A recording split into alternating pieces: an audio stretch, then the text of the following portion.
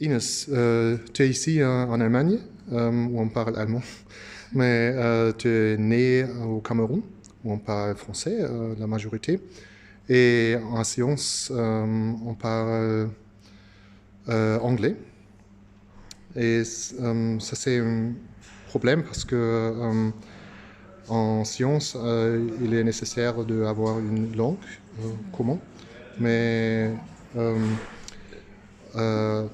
à l'autre côté, c'est aussi important que les langues naturelles des pays différents, des cultures différentes, continuent. Continuer. Et ça, c'est un problème si on travaille en sciences internationales. Comment c'est possible solver, est-ce qu'on dit solver le conflit résoudre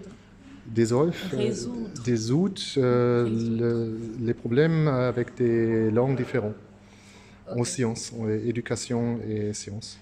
Éducation et sciences. Déjà, merci beaucoup pour cette question. Donc, effectivement, je suis née au Cameroun. On est censé parler français et anglais, mais déjà la réalité au Cameroun, c'est qu'il y a une partie qui parle majoritairement français et une partie qui parle majoritairement anglais. Et je viens de la partie qui parle majoritairement français. Ayant fait mon doctorat en France, je n'ai pas eu de soucis de langue. Mais je me suis vite rendu compte que pour évoluer dans la recherche, il fallait maîtriser l'anglais. Donc c'est aussi pour ça que je suis allée en postdoc en Afrique du Sud. Et maintenant, je suis ici en Allemagne, c'est un nouveau challenge. Mais bon, pour le moment, je n'ai pas vraiment besoin de l'allemand. Mais je donne ce parcours pour dire que c'est vrai, c'est une évidence qu'en termes de recherche, principalement, il est nécessaire d'avoir une langue commune. Pour le moment, c'est l'anglais, je pense. Donc, ça ne pose pas problème que tous les chercheurs, les académiciens aient une langue commune. De la même façon, je ne pense pas qu'on ait à se limiter à une langue. En particulier, quand on vient d'un pays comme le Cameroun, où il y a près de 300 langues, dont chacun d'entre nous avons notre langue maternelle. Je pense que la langue maternelle est une richesse. Et il y a même une étude qui montre que c'est plus facile pour les enfants d'apprendre dans leur langue maternelle que dans une autre langue. Et je pense que c'est une nécessité parce que, quelque part, la langue fait partie de la culture d'un pays.